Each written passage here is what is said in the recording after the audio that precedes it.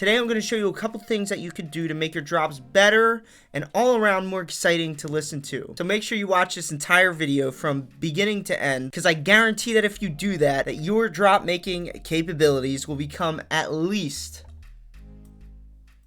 20% better. So here's the drop we're going to work in. It's a little future house drop.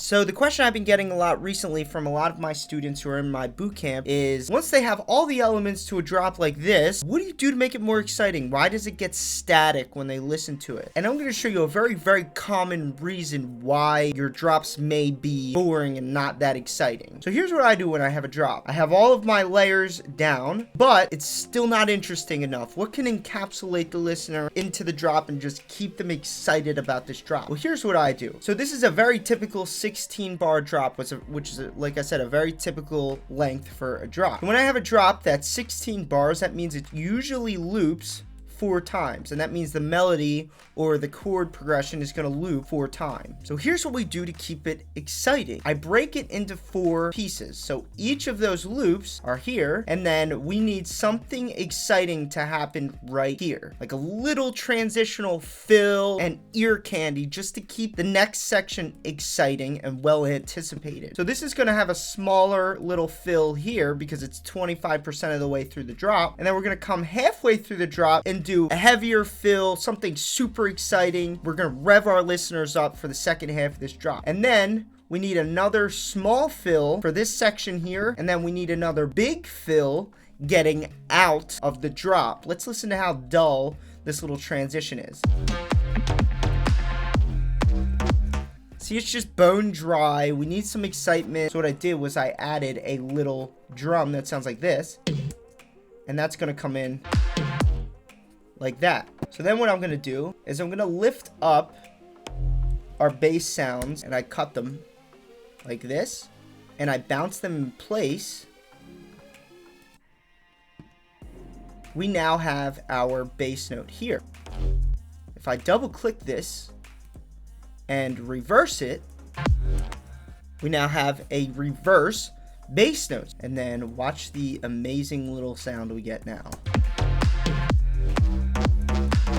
So it just adds a little something different for the 25% point of the drop. Now is the important one, the midway point of the drop. So when you take this transition here, you can actually use this again for the 75% point of the drop. A lot of times these transitional points can be used 2 times. This is the big one here. This one has to be crazy exciting. What I'm gonna do is I'm gonna lift up these kicks. So that's good. A little break from the kick. Let's go ahead and try to lift up the bass line as well. So I want to get rid of the sub bass. And I want to take this louder piece here. And I want to do something really weird with automation. And then what I want to do is I want to come in and I want to take away the first note of the next loop here. And then I'm going to come into our bass sound here, and I'm going to automate the reverb. So you could see I have reverb on here, but the mix is at 0%. That's just ready for automation. That's why I keep it at 0%, because it's not an actual, I'm not using it for reverb on the entire sound. So I'm going to automate the wet knob on this and work it up just for the end of this sequence here. And watch what happens. Another thing that I wanted to do was I wanted to automate the cutoff on this bass sound and make it a little bit more expanded as we move through these notes.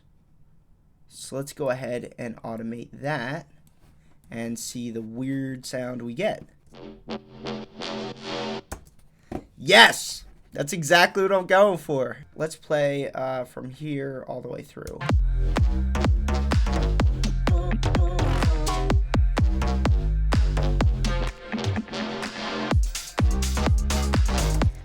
Bang!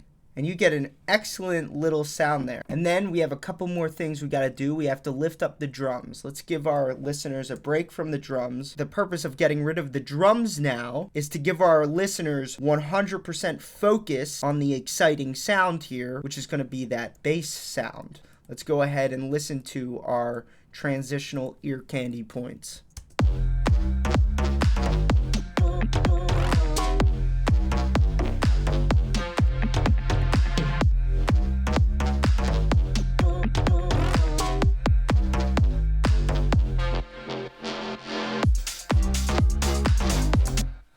That's perfect. So if you want to know how I made this drop all the way from scratch, and if you want to learn more about chords, melody writing, arrangement, sound design, mixing, and mastering, come join me in my EDM bootcamp. I look forward to seeing you in there, and I'll see you in the next video.